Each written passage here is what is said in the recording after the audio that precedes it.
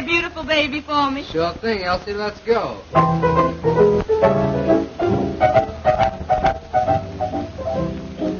You must have been a beautiful baby.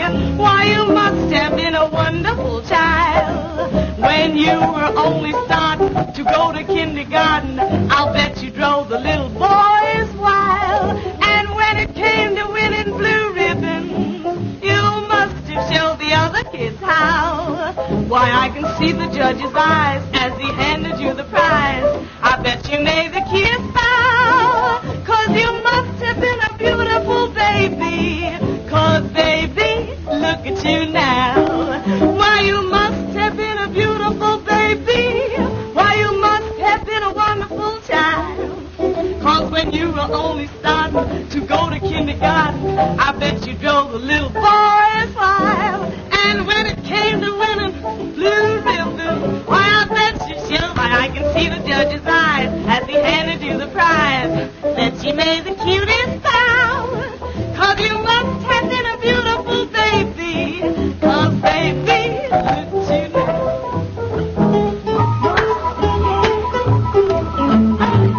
Sing it, boy, sing.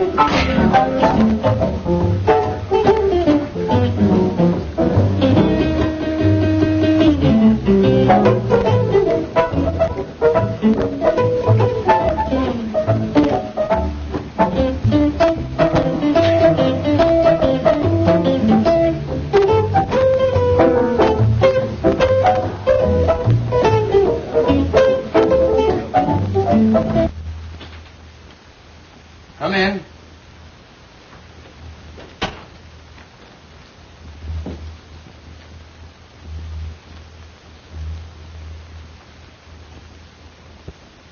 Hello, Elizabeth.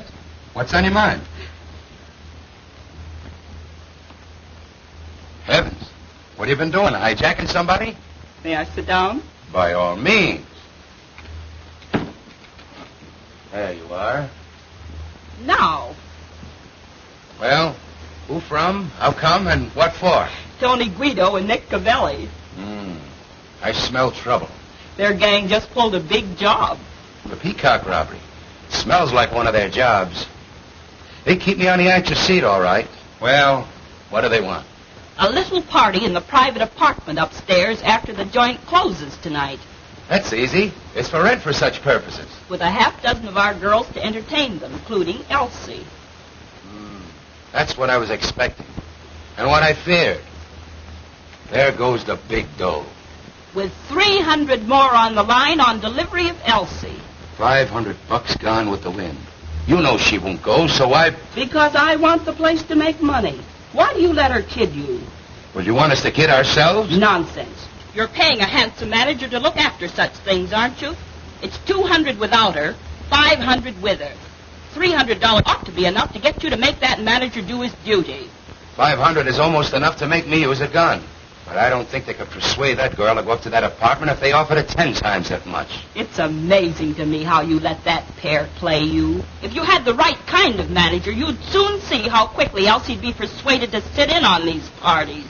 Darn it, why rub it in? The girl is 100% for the joint for what she's been hired for. No. I just can't tell any girl to do what I know isn't just right or get out. I'm a gangster, but I still haven't sunk that low. Rats. If you'll make my brother manager, I'll guarantee that Elsie Bellwood will be doing just what the joint wants her to do in 10 days or... Nothing doing, Elizabeth. I beat up men. I'll never go in for getting rough with a woman.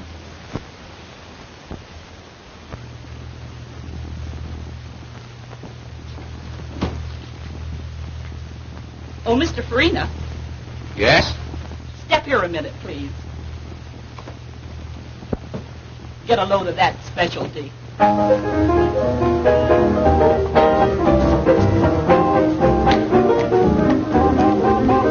Some of these days, babe, you're gonna miss me, honey. Some of these days, babe, you're gonna feel so lonely. You're gonna miss my hugging. You're gonna miss my kissing. You're gonna miss me, baby. When I'm gone away, you're gonna feel so lonely, baby. Just for me only. For you know, baby, you done had your day. And if you leave me, you know you're gonna grieve me. You're gonna miss your little brown skin chocolate drop mama some of these. You're gonna miss me. You're gonna miss me? You're gonna miss me. Ow. What is that? Watch it, boys. You're gonna miss your little brown skin chocolate drop mama some of these days.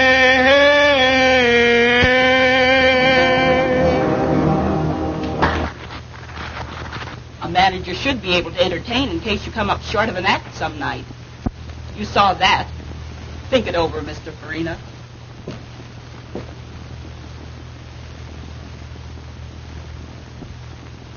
As I started to say, Elsie's a good performer, and they like her. But she's too high-hat. What do you mean, too high-hat? Well, I mean that she should sit in on some of these parties many of our customers are always asking her to. You understand, eh, Hadnott? But is that just right? You know that not Bellwood, she's a good performer. Pleases everybody with her singing and dancing.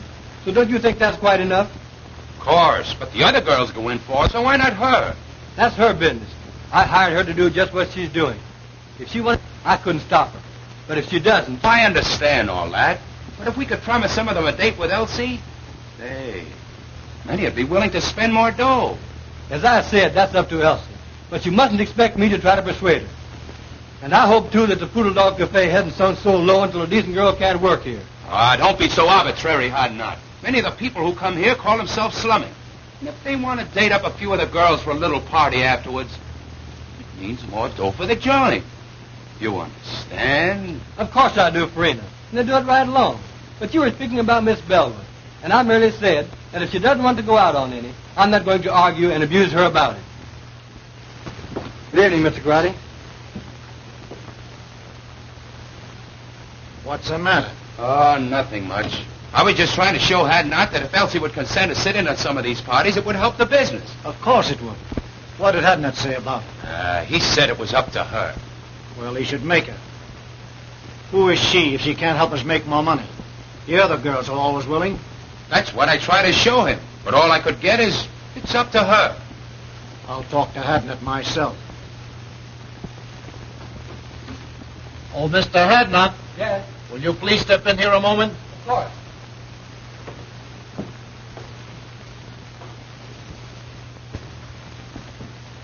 Have a seat. Cigarette? No, thanks.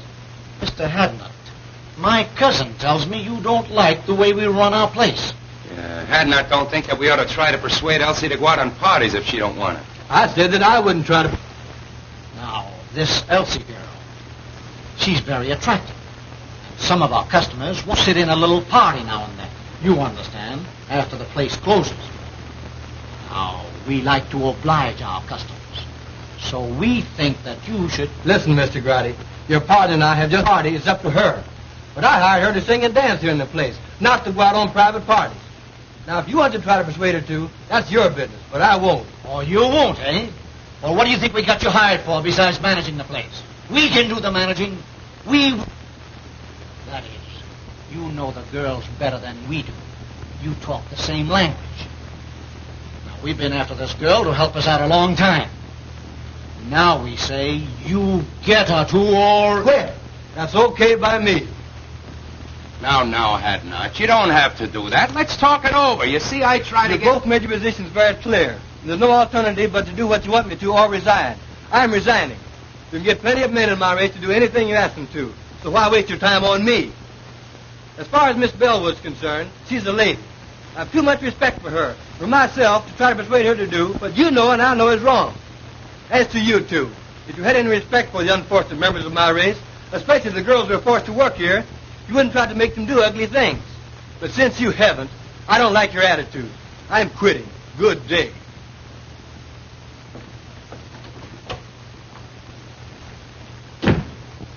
I was coming in to see Mr. Farina, and I couldn't help overhearing what was going on inside. What does he mean?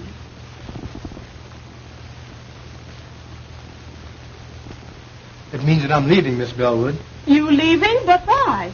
If you overheard much of the conversation, you ought to know. It's because of you. I'm sorry. But you mustn't. You can't. I won't let you give up your job on account of me. Now, The only way I could get it back and keep it would be for you to do what they wanted me to make you do. And if you did, I would hate both you and myself. Oh, you're so fine and noble, and jobs are scarce. I could never feel comfortable or happy knowing that you gave up yours because you wanted me to stay decent. Why, Oh, let's not take it so seriously. I don't belong in that place anyhow. Neither do I. If you just must quit, then I will too. You'll do nothing of the kind. There's nothing wrong with your job, and you don't have to change your ways just because some drunken, depraved customer wants to go flying around with you. Meantime, the customers like you, and you're making more money now than it is possible for you to make anywhere else. Forget about me and the cheap job I had.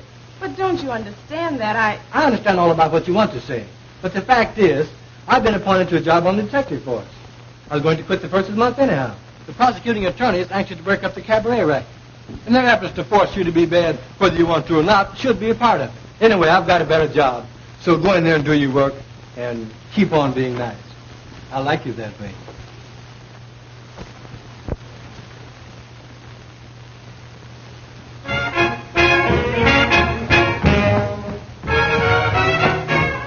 there's certain something in this world that I like best. I depend on one thing for my total happiness. No, it isn't money. No, it isn't fame. You may think it's funny when I start to explain. Got no shoes on my feet, ain't got nothing to eat, but I've got a heart full of rhythm. Not a dime to my name, but I'm rich just the same, for I've got a heart full of rhythm. Now when the skies are gray and everything's wrong, I find my way by singing a song. That the great think I'm small, I laugh at them all, 'cause I've got a heart full of rhythm. Got no shoes on my feet, ain't got nothing to eat, but I've got a heart that's full of rhythm. Not a dime to my name, but I'm rich just the same, for I've got a heart full of rhythm. Now when the skies are gray and everything's wrong, I find my way by singing a song. Let the great think I'm small, I laugh at them all, for I've got a heart full of rhythm.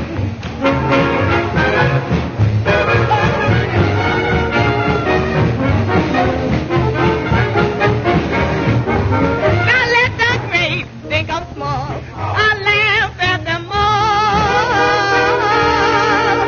but I've got a heart full of rhythm.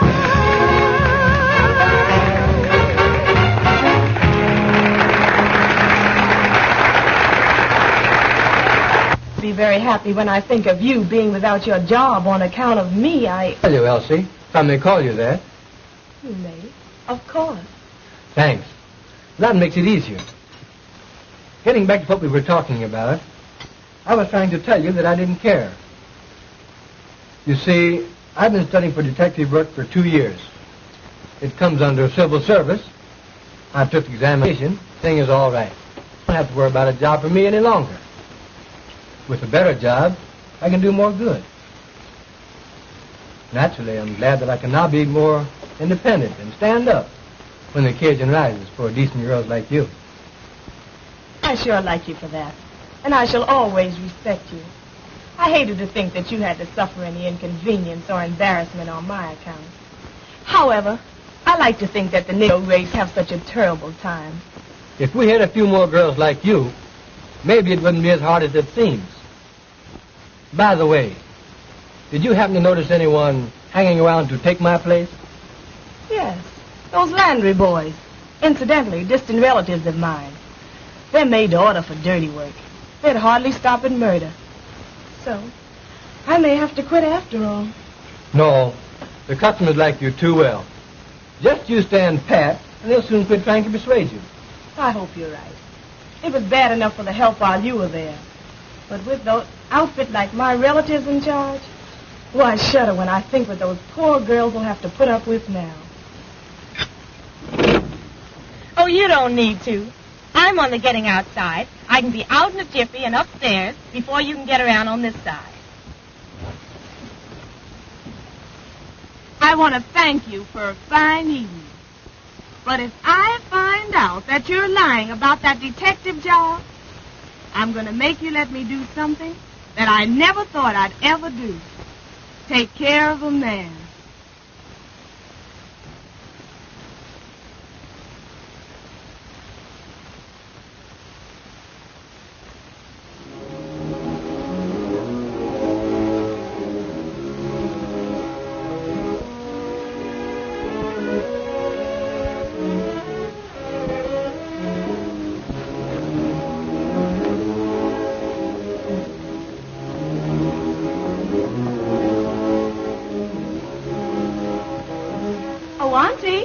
Oh, Auntie, are you asleep? You're playing possum on me tonight, Auntie. But why all the light? It'll hurt your eyes.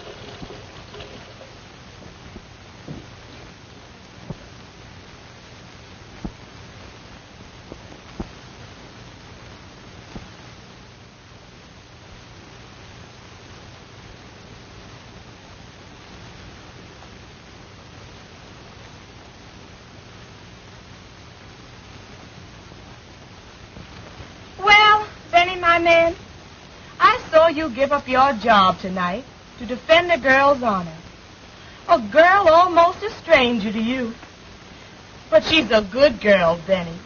And you stood up for her and believed in her at the price of your job. That's what I call a man. You're all right, Mr. Hadnott. I'd like to see some other colored man give up his job on account of any girl. Why, he'd throw at anybody that would show him 50 cents. I'm sorry to say. And then take her back for him. Pretty rotten setup.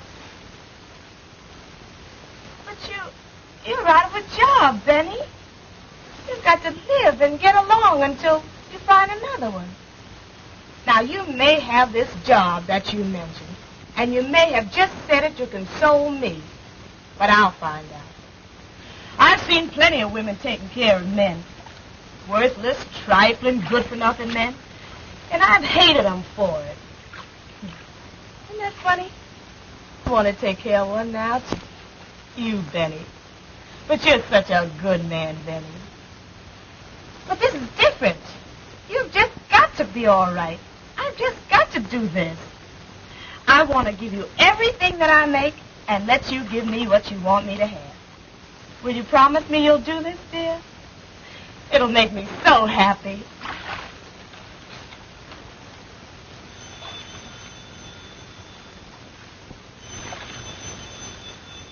The phone. That's strange. I wonder who could be calling at such an hour. Liz, what do you say we start the session with a little drink, yes? Okay, boss.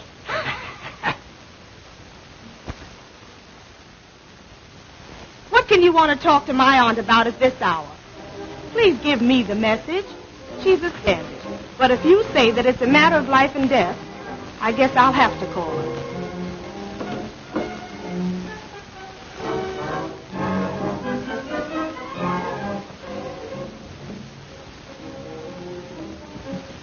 Oh, Auntie. Auntie, someone wants you over the phone. Do you hear me? Poor Auntie. You're tired. I just won't do it. Whoever it is has got to give me the message or wait until you wake up.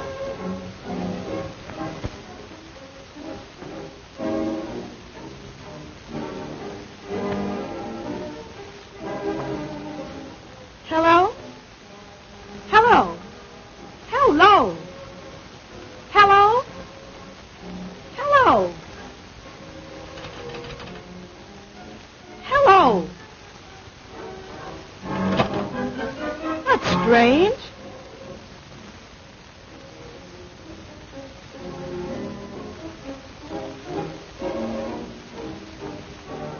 Oh, Auntie.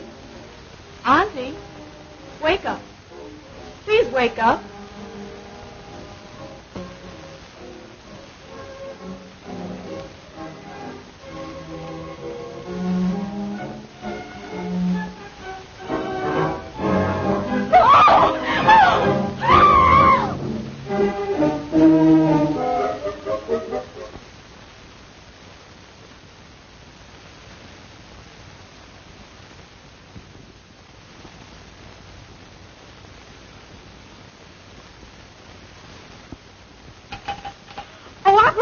Operator, give me the police station, please, quick.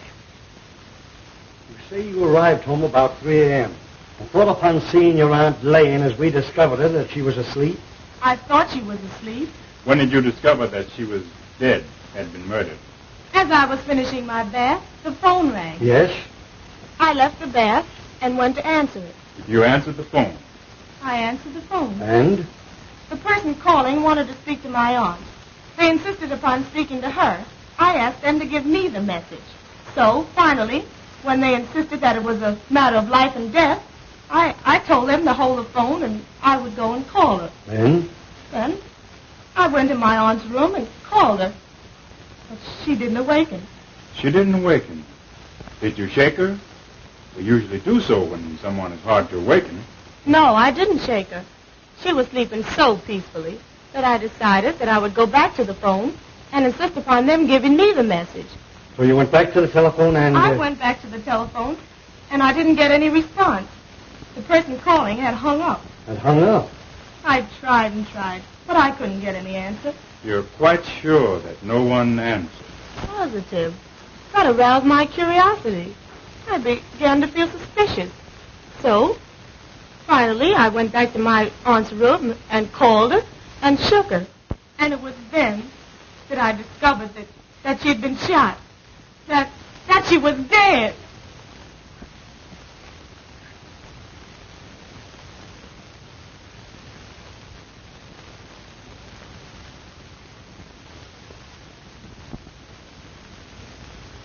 Well, what do you think of her story? Sounds truthful.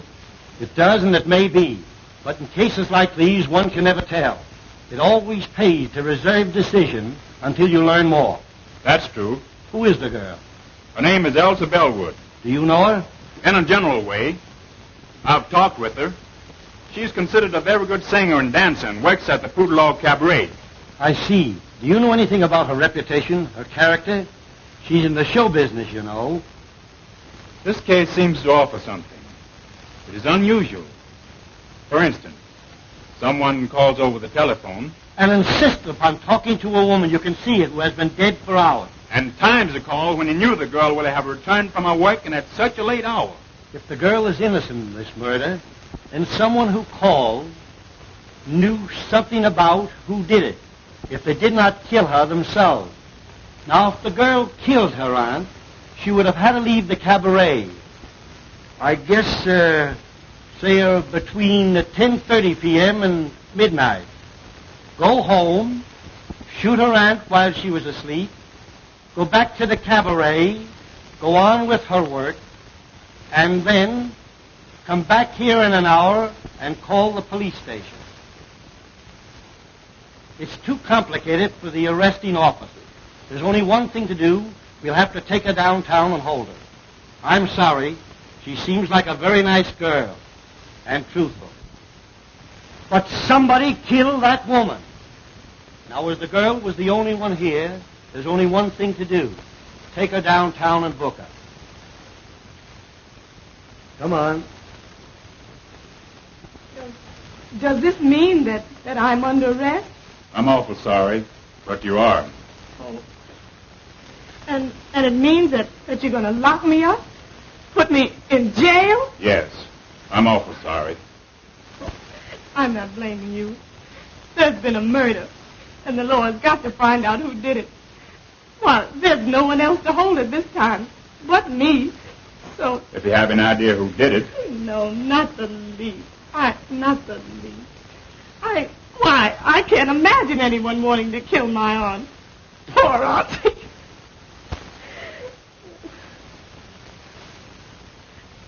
I was thinking of myself. I've never been arrested before. And now they're holding me for something that I don't know anything about.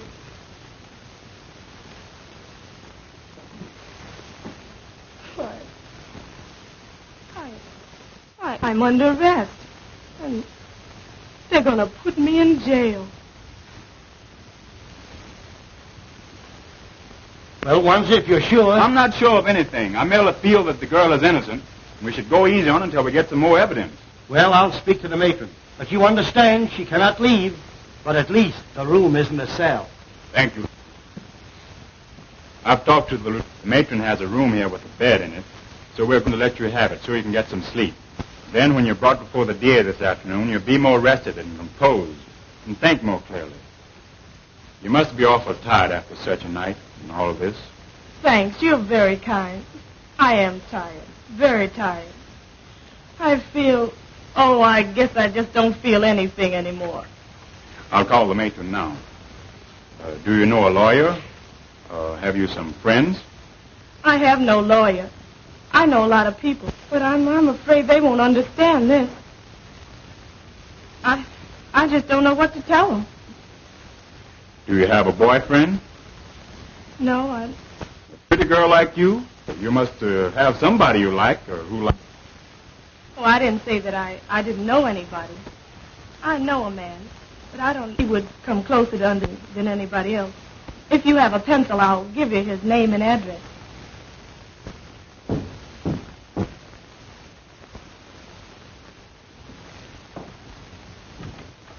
Hello, Wanzer. Hello, Hadnott. Come in.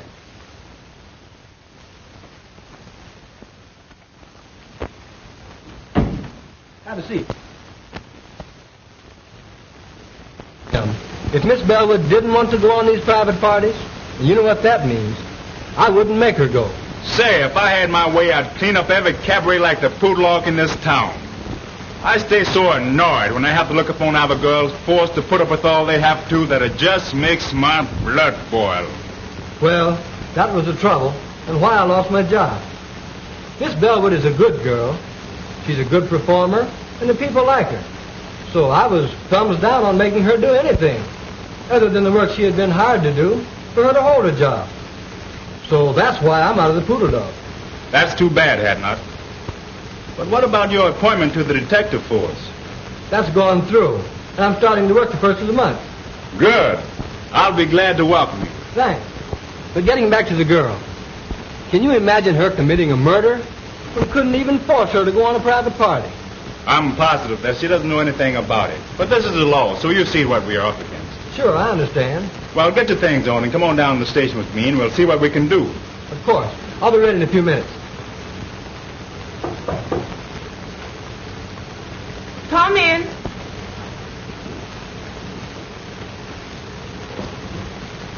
Oh, Elsie. Benny, Can you imagine such a terrible happening? And to you. Mr. Wanzer brought me the news. I'm so sorry for you. Oh, yes. Mr. Wanzer has been very kind. Let me thank you again, Mr. Wanzer. I'm glad to have been of little help. I imagine you and the young lady would prefer to discuss this between yourselves. So you will please excuse me. Thanks. Now let's have a seat and you can tell me all about it.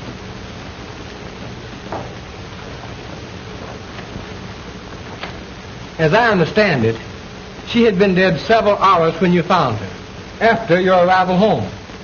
Oh, it was too terrible for words. Why, I walked about the house talking to her at intervals for about 15 minutes after and called, or maybe had called, to see if I had returned home. And when they found that I had and didn't know that she was dead, then that's the way it all ends. I can't even imagine beyond that.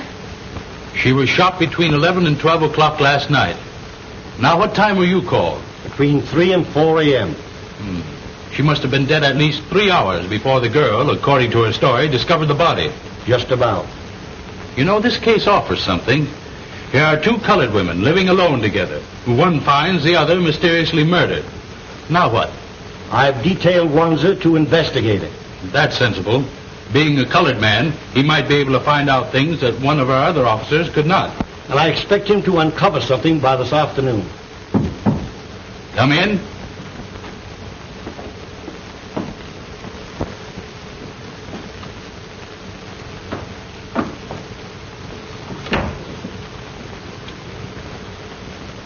Now tell Mr. Eckert, the district attorney, how you're related to Miss Bellwood and what you know about her aunt. Well, I don't know that I ought to. Go ahead, sister. Tell them all about it. Well, all we know about the murder is what we read in the morning papers. Of course, we know, that is, we knew the victim, Josephine Hawkins. In fact, she was a cousin of ours. Oh, your cousin. So you were related. All right, go on. And this Miss Bellwood was her niece and lived with her. That we have already found out. Miss Bellwood told us that when we went to her house this morning. Of course, I merely mentioned the fact so that you'd understand. Now, what did this Mrs. Hawkins do? How did she live? You mean Miss Hawkins? She wasn't married, had never been married. Oh. No, she owned a beauty parlor that she ran downstairs in the same building. Have you any knowledge or idea how the expenses of the apartment were shared? No, I don't know. But I do remember once talking to her and of her saying that she had an awful lot of insurance for a woman, but that Elsie, her niece, had taken it out on her and was paying the premiums. So she was heavily insured, and her niece, whom we are holding here, paid the premiums, even had the insurance taken out. That's what she told me. Just when did she tell you that? Oh, 3 or 4 months ago, I'd say. That, of course, could be a motive for the murder. But we want to know more, Mrs. Green. The whole story. All you know. It's all right, Elizabeth. Go on. Tell them all you know. Well, Now, just a minute. Come here. You keep telling her to talk. How about you doing some talking yourself? What are you ordering her to tell? What do you know? Well, you see, I just got a job to manage the Poodle Dog Cafe last night. Oh, I see. You got a job to manage the Poodle Dog Cafe, and you got it last night. So what? Yes, he must tell all he knows. A murder has been committed, and the law must find the guilty persons. So tell all you know, if anything, about it. Well, we don't know anything much, mister. But you said the murder was committed between 11 and 12 o'clock last night. We were at the Poodle Dog Cafe from 9 o'clock last night, waiting to see Mr. Farina and Mr. Garotti about this job. At around 11 o'clock,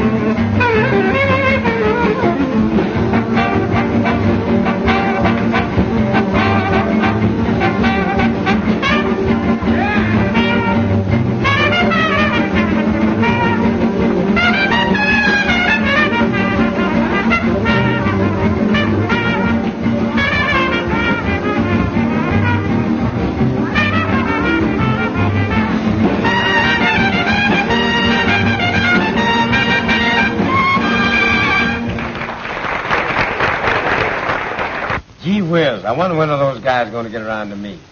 We've been waiting here for 2 hours. I'm getting tired. Well, go on outside and catch some air. But we're going to keep on waiting until they send for you if it takes all night. All right, I'm going outside. I'll go along with you. What time is it, anyhow? 8 minutes to 11. Now, how long are you going to stay out there in case they send for you? Oh, I don't know. 5 or 10 minutes. All right. I'll expect you back in 10 minutes. Be sure you're back in 10 minutes, however. And I hope you get back before they send for you. So do I.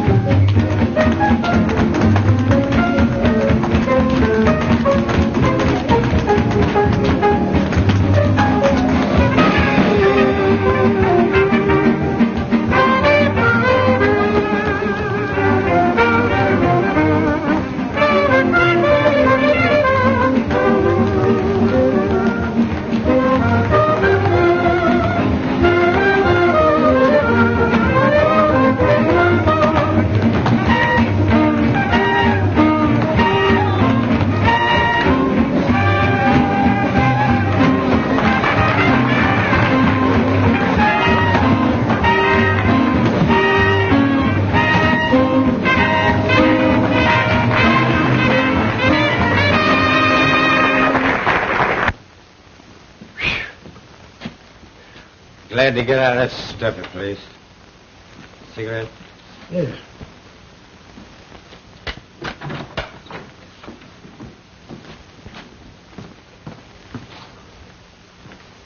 Oh, taxi!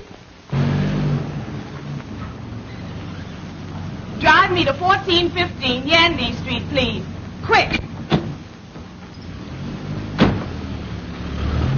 I sent my brother back inside and asked him to call me if I was sent for. It was pleasant outside, and I hung around half an hour. It was perhaps 25 or 30 minutes later when...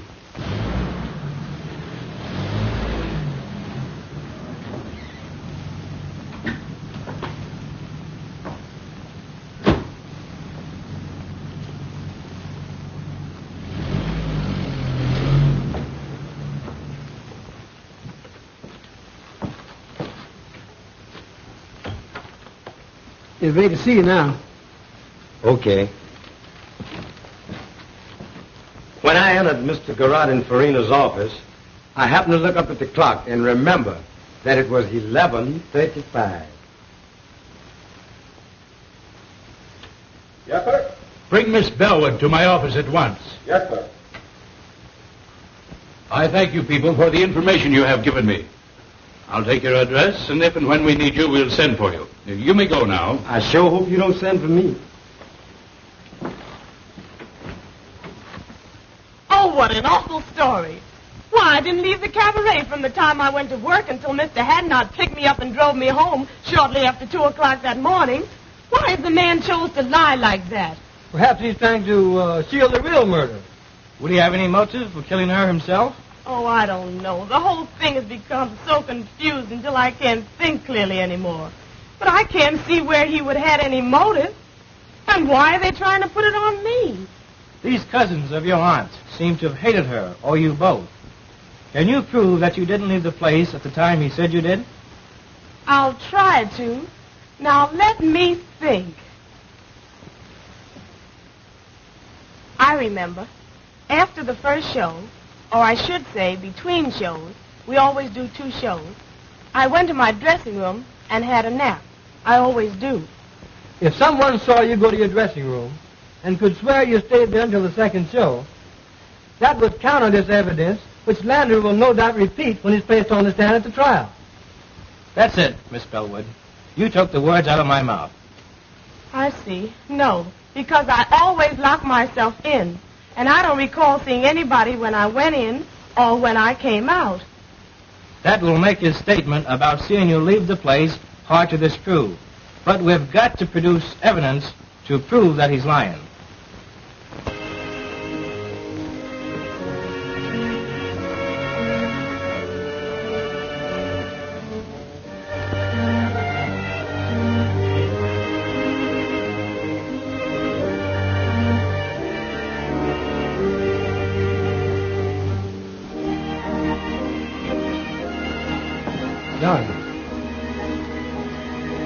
There's no use, Benny. Why give me false hope? Just leave me here to slowly succumb to this living death. I want to forget that I was ever born, and that I ever had any hope, and that I was ever a free person, once happy and hopeful. I can both understand and appreciate your hopelessness and despair, Elsie. But I want to tell you, dear, that I love you. Have loved you long before you even knew it. And that I've dedicated my life to righting this great wrong and setting you free. Since you didn't kill your auntie, somebody else did. So you see, I must ultimately succeed. And I will succeed. Oh, what you say sounds so beautiful, Benny. Well, I'm only a convict now, and I shall always be pointed out as a convict. You're a victim of circumstances, Elsie. You're not the first person to suffer this misfortune. When the guilty persons are brought to justice, you'll be a martyr, and no person can point a finger of guilt or scorn at you. I'm going to help you, dear, but you must help me to enable me to help you. Help you, Benny? How can I? Easily and simply. I believe Mrs. Green and her brothers either killed your aunt or hired somebody to do it. At least know who did. Either way, the truth is not before very long. Some Negro mixed up in this is going to talk. They always talk. And they can never keep a secret, especially one so important as a murder. Maybe. But why haven't they talked? They know... Don't you catch my point, dear? You had to be convicted first. They've kept so busy telling lies to put you here that they couldn't start talking up to now. But with you convicted and here in prison, they'll soon relax. They'll think they've been smart in putting you here and don't know enough to realize that you can be gotten out. Their first move now will be to try to get the insurance money. I'll bet I'll be able to write you in less than a week if they've made application for it. I love you, dear. You're my great incentive. Kiss me.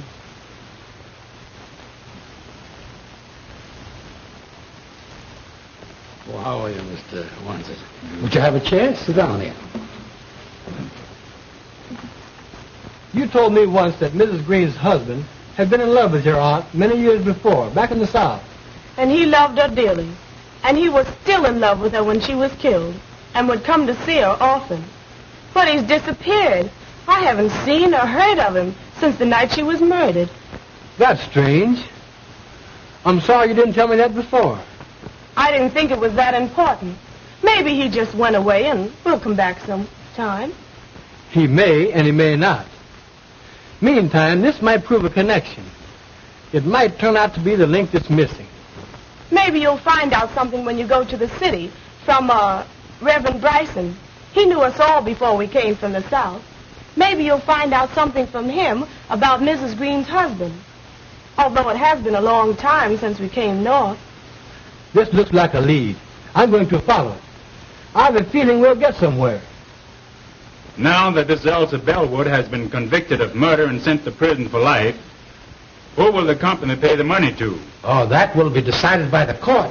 In the meantime, this Green family, Elizabeth, John, and Clyde, have applied to it of next of kin. Oh, they have? So soon? Yes, I have the application papers here. You won't be paying them the money? Not until authorized by the court, and that will take considerable time. I'm glad to hear you say that. Did they give an impression when they filed the application that they understood it would be some time before the matter would be settled? Since you come to speak of it, I think that will be settled very shortly. Thank you. That is all I wanted to know. By that, you can see that they're counting on the money much sooner than it is even possible for the claims to be paid. This case isn't going to be long before something cracks. When this outfit finds that they can't lay hands on the money as quick as they had planned, Some of them are going to get impatient and drop something. And I'll be Johnny on the spot to pick it up and land all three of them in jail right quick. Well, I'm depending on you to keep checked up on them and help me to get somewhere.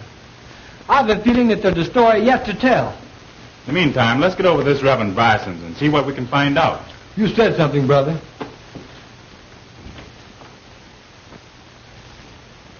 Be seated, gentlemen.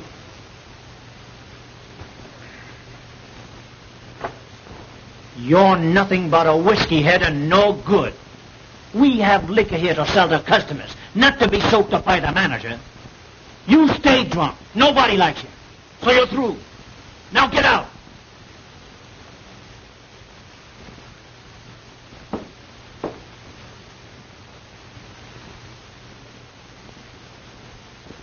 Yes, I know everybody that's involved in this unfortunate affair. I knew Josephine Hawkins when she was just a pretty young girl having beaus for the first time. I knew Elizabeth Landry when she pulled the trick on Ned Green that made them man and wife. She says that she's going to have a baby and that I'm his father. Are you? Maybe I am and maybe I ain't. You know I ain't the only one that's been running around with her. Well, that's the chance you take, young man. She has you charged with fatherhood. There's no alternative. What do you mean there's no alternative? Well, I mean that you must marry the girl. But I don't love her. Never did and never will. You know who my girl is. You know who I've been going around with. And I ain't afraid to tell you that I love Josephine Hawkins. She wouldn't come up with no tale like this. Why should she want me to marry her when she knows that I'm in love with her cousin? Well, that I don't know, young man. Now, you admit that you've been having clandestine affairs with that girl. She charges you with being the father of her unborn child. If you do not marry the girl, she'll have you arrested, put you in jail. You have a very good reputation, and you shouldn't permit either yourself or the girl to be scandalized. When you get ready for the ceremony, bring the girl here to me. Well, I married the couple. And 3 months later...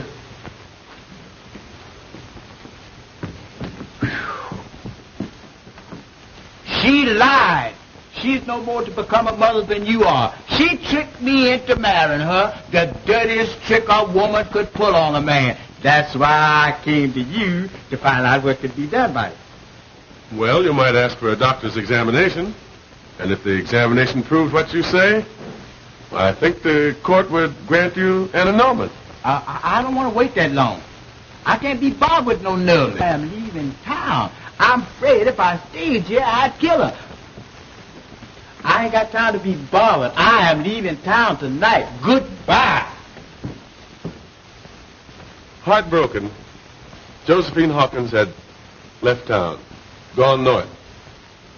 And Elizabeth, after Green had left her, she left shortly afterward also for the north. And feeling that Green had followed Josephine, which perhaps he had, Elizabeth took her brothers, whose reputation was rather unsavory, north with her. 10 years later, I was transferred to my present charge. And when I came here, I learned that under the threat of death, Elizabeth's brothers had virtually forced Green to live with her. And in the meantime, Green's love for Josephine had never died. And he insisted upon seeing her whenever he had a chance. I think you have given us the key, Doctor, to the missing link in this tragedy. And we'll start from here and run this thing down. You can bet.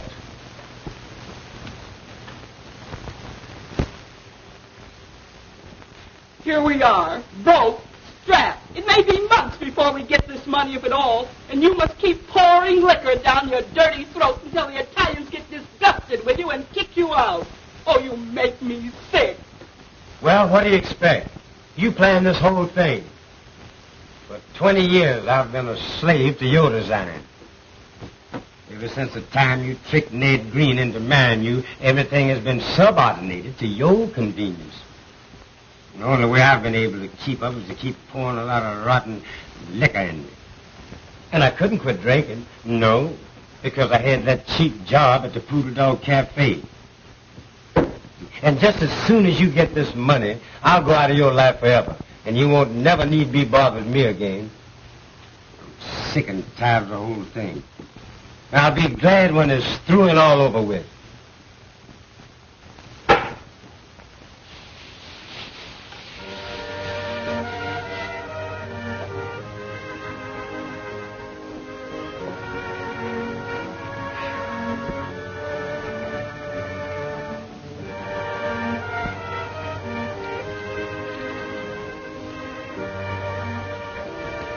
Dearest Elsie, we're getting somewhere. Very soon the case will be cracked wide open and you'll be free. In the meantime, now and always, dear one, that I love you. Love you. Benjamin.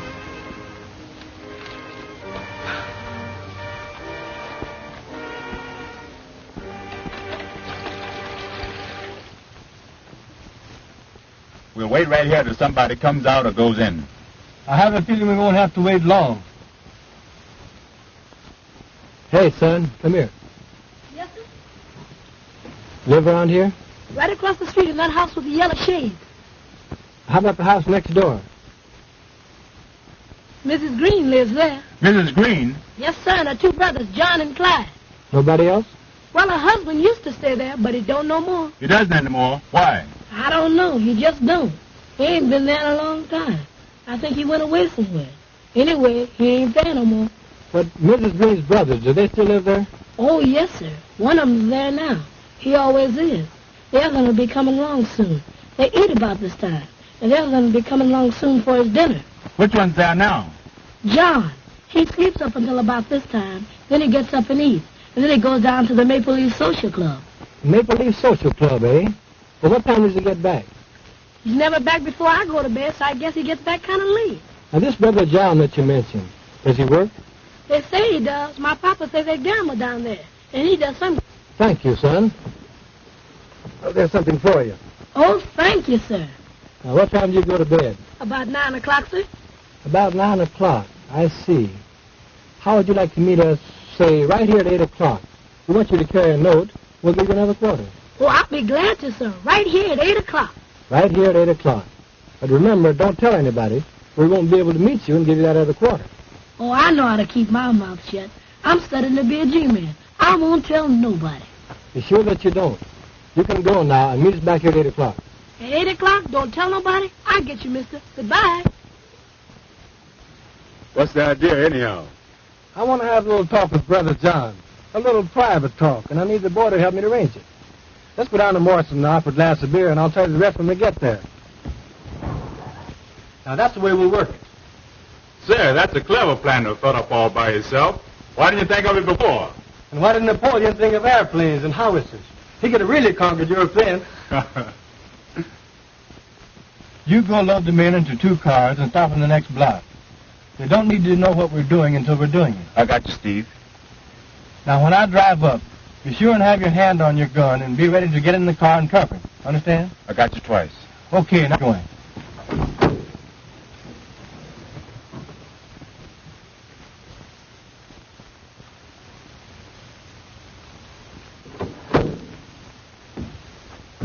All right, mister. Here I am. So I see. Johnny on the spot. Always be on time, and you'll get somewhere by the time you become a man. Yes, sir. Say, do you know where the Maple Leaf Club is? Sure. I want you to show me that. So you drive up to the next corner, then you turn right, and there you are. All right, here it goes.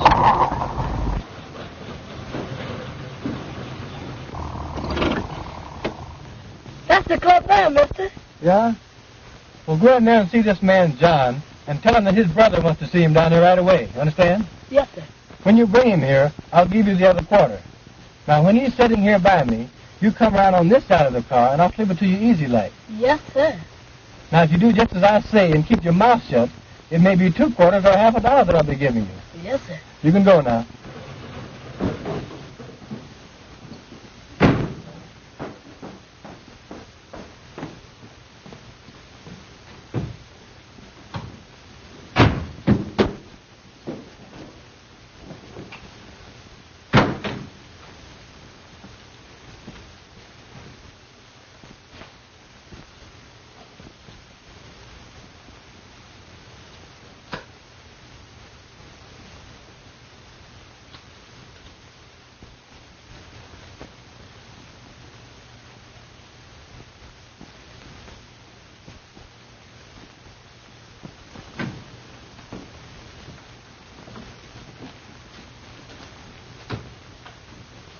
Hello, John. Well, hello, Hadnott.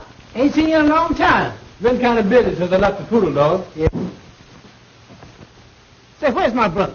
You'll soon see, you contemptible liar. That was just an excuse to get you out of here. I wanted to see you. What's the meaning of this? We was trying to hope somebody... All right, I got him covered. Say, what's the meaning of this, fellas? I ain't done nothing. What y'all gonna do with me? We're taking you for a little ride, and you won't be coming back. I ain't coming back.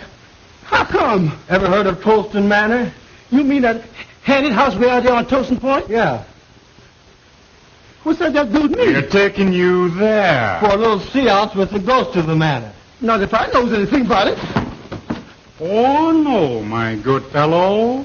Not only are we taking you there, we are going to tie you up and leave you there to starve to death and die. You've been telling lies and have done an innocent person a great wrong. So we're going to take you up to meet the ghost of Thompson Manor and all his imp ghosts, after which you die. Oh, Lordy. Come on.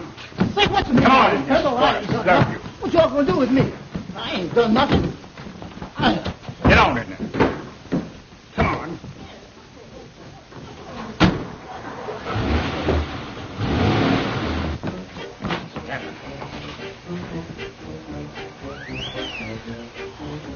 All right, Wanzer. Make the light, please.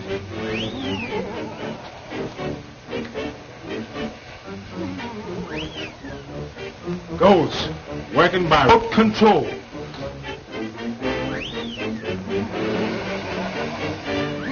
I hear that the only living things that visit here are huge buzzards with pink necks and white gills who fly down through the chimney and pick the bones of liars like John here, whose lips have caused great suffering. They tie them to that post over there. And when the buzzards fly down and devour our bodies, old Thompson turned their soul into imp ghosts. And every night at 12...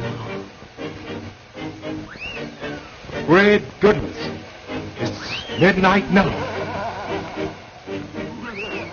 When that hand reaches 12, the ghost I've heard appear. At the stroke of 12, now watch.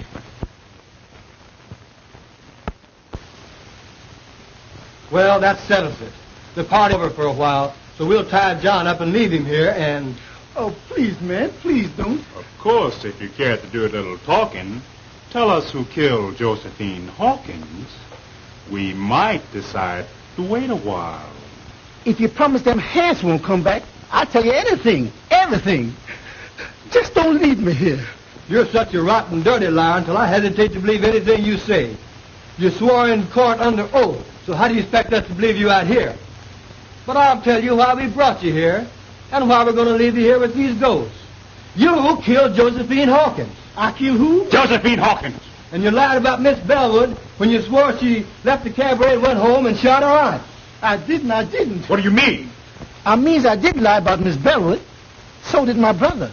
But I didn't kill her aunt. Neither did my brother. I don't believe you. But we're going to tie you up and leave you here for the dirty lies you told on that poor innocent girl. We didn't kill her. I swears we didn't. But we did lie about seeing Miss Bellwood. And if you won't leave me here, I'll tell you all about it. Well, what do you think about it? Oh, I wouldn't believe this guy on a stack of Bibles. I don't see any use in wasting more time listening to this dirty liar. For if he'd lie enough to put an innocent girl into the penitentiary, we certainly can't afford to listen to him now. Please, man, won't you give me a chance? I didn't kill my cousin, but I did lie about her. I admit that, and if you promise you won't leave me here, I'll tell you all about how it was done. Shut up, you lying skunk. I don't heard you say. Wait a minute. After all, we can listen to his story, and if we still don't believe it, we can tie him up and leave him here. Oh, well, if you insist. All right, you rascal. But the moment I'm convinced that you're lying, we're going to tie you up and leave you here. I thank you, mister. I ain't going to lie. You can keep me here until you prove everything I says. All right. We're going to listen to your story. But we warn you that the moment it begins to sound fishy, it ends. And right here you stay. I'm going to tell you the whole story. And ain't one word of it's going to be a lie. All right. Start from the beginning. Way back in the South, before any of you came north. Yes, sir. I sure will. Well, it started like this. My sister Elizabeth took Ned Green into marrying her. He was going with my cousin Josephine and was planning to marry her. But when Green learned the truth, he hauled off and left her and came north. Josie found out somehow Green was mad, so she hauled off and left too. My sister then followed Ned up north and brought me and my brother along with her. And lo and behold, she found Ned up here chasing around after Josie. That made her mad, so she had us go get him and scare him into living with her again.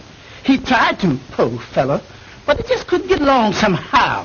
You see, Ned was still in love with Josie and was always slipping out and seeing her.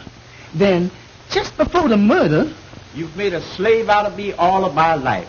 Why don't you let me be and give me a divorce so I can go and marry Josie?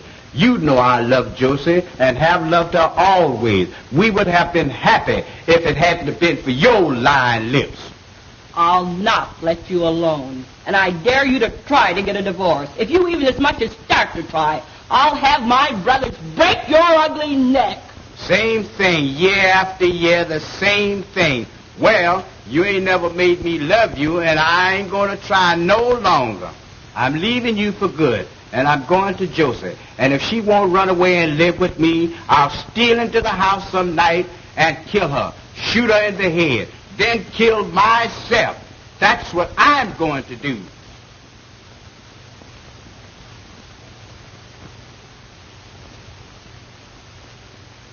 No dumb Negro like you ever had nerve enough to shoot anybody. And as for killing yourself, you make me laugh. But my sister was mistaken that time. For the very next night, that was the night of the murder, when we returned home from the cabaret where we testified we saw Elsie leave, then come back. We found a note.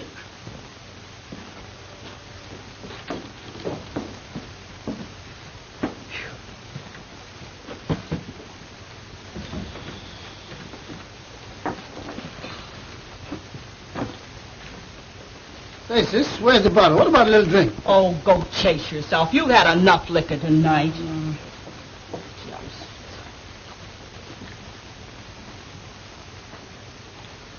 Say, what's this? There's a letter.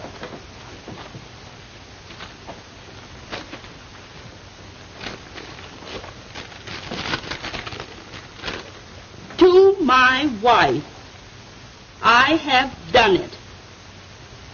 There is nothing to live for, so tonight I went to Josie's house and shot her through the head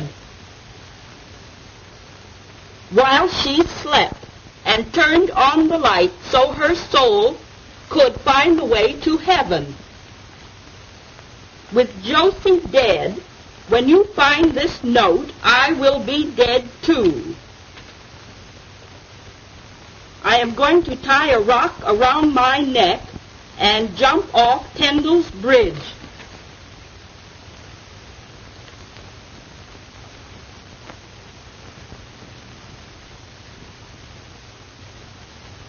If you care to bury me, you will find my body at the bottom of the river under the bridge.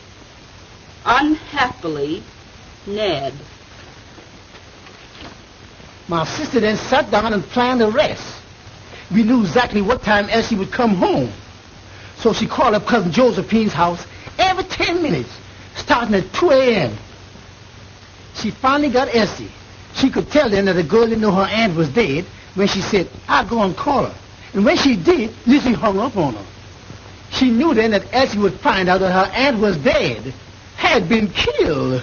Lizzie stayed up all night long, making up that lie about Miss Elsie leaving the cabaret and coming back, so as to make it look like Elsie did it. Then she rehearsed me and Clyde on how to tell it. We were scared they would mix us up. All the time we was at the district attorney's office, Lizzie kept on pinching me and Clyde to make us tell it like she rehearsed it. You see, she was after that insurance money, and she figured that if she could get Elsie convicted, why, she'd get it. Well, what do you think of it? Well, I guess we'll put him under arrest while we check on his story. And if we find Green's body... That'll reopen the case and set Miss Bellwood free. All right, fella. We're calling the party off. Taking you back to town and locking you up until we can see if your story is true. Let's get going.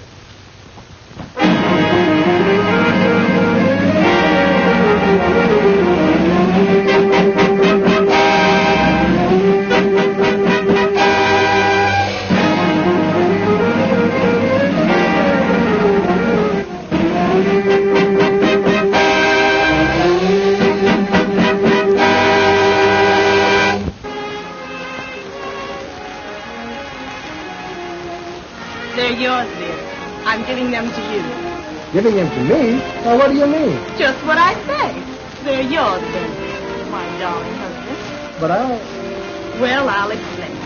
To begin with, I wouldn't have had them at all if you hadn't dedicated your life to the solution of the crime, which set me free. And next, for some strange reason, when I thought that you had lost your job on my account, I developed a means to give you my money, to take care of you if need be, until you got another job. Then suddenly, all I had been through began to happen. You saved me, you loved me, and you married me. And I love you. Now, after all this, if you want to make me happy, please take these checks, $15,000 worth, and do whatever you want to do with it. Will you promise me, dear? Such a peculiar request. Such a strange desire. But since you insist on making me a sort of guardian, I'll take the checks and establish a trust fund for our children, dear. That'll be all right?